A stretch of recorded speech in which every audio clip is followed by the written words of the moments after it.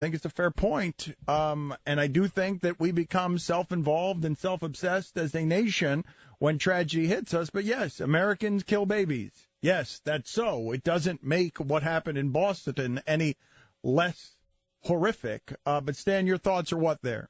Well, I agree with you. I mean, we have this pretty narrow view of what tragedy is, and it has to affect people like us in our country. And so, we have the Newtown thing was obviously a tragedy, but we have far more kids, teenagers and younger, dying in the inner city every year than die in events like that. And we don't see that as a tragedy, probably because a lot of those people are young and black, and that doesn't stick on our radar, and it's not a tragedy like the 8-year-old white kid that died in Boston. So, yeah, Boston's a tragedy, but we're losing kids to suicide and to violence and things like that, and we're not treating those issues as tragedies. We're not treating what we did in Afghanistan as a tragedy. But what happened in Boston, where 3 people died and a lot were injured, that's a tragedy. It's just interesting how we frame these things. Well, intent matters. Intent does matter. It is something that ought to be pointed out if we're going to compare these things. Well, of course. Should we be blamed for that, though? I mean, naturally, as the public as a whole, Stan, naturally we're going to care about things that are closer to home that affect us than we are about things that happen in other countries. I think that's natural for a lot of people. Okay, well, that part's natural, but why don't we care about what's happening in inner cities? Every city in America is going to have more than 3 people die of violence in the coming month, and we don't consider that a tragedy. But what happens in Boston is, I imagine that's here in America. But Stan, I imagine we would, though, Stan, if a bomb went off in the inner city. Correct. But yes. Why is it a bomb? Why isn't just people driving by and shooting each other? Why aren't kids killing themselves? Why aren't those tragedies? Because they happen one at a time. But there's still more people dying in events like that than dying in events like Boston or Newtown or Aurora or any of those, and yet we don't consider those things a tragedy. I think everyone considers any death, I would think, a tragedy, but when it's they're covered differently, though. Oh, there's no doubt it's covered differently, but when it's mass and when it's a bombing, of course. Well, wait a minute. This is hard. This isn't 9/11 now. 3 people died in Boston. It could have been more, Stan. I understand what you're saying, but it was 3. Yeah, still 3. Right now, 3. Okay? That's not mass. There's something. Look, I'm not trying to downplay it as a tragedy. I agree with you. It's a tragedy. What I'm saying is, why are these other things that are happening far more often to far more people right here in our country not given the same attention?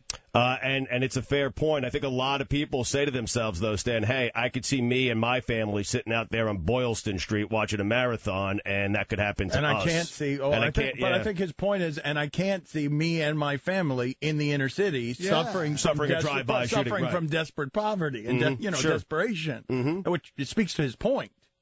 And I understand his point, but there's an obvious difference between what happened in Boston and the 3 or 4 drive-by shootings every day in inner cities. But there's an obvious difference, yes, but the result at the end of the transaction is the same. People are harmed and people die. And I view it as tragic. I view it all as tragic. But, I would say our country as a whole, Stugatz, does not. It does not. Read the media accounts. This is going to be front page news, I don't know, for a week. Mm-hmm. That's not the case when, I'll tell you where I find out about it. I open up the local section of the Orlando Sentinel every day, and I'll find out about people being, page 2 or 3 of the Orlando Sentinel local section.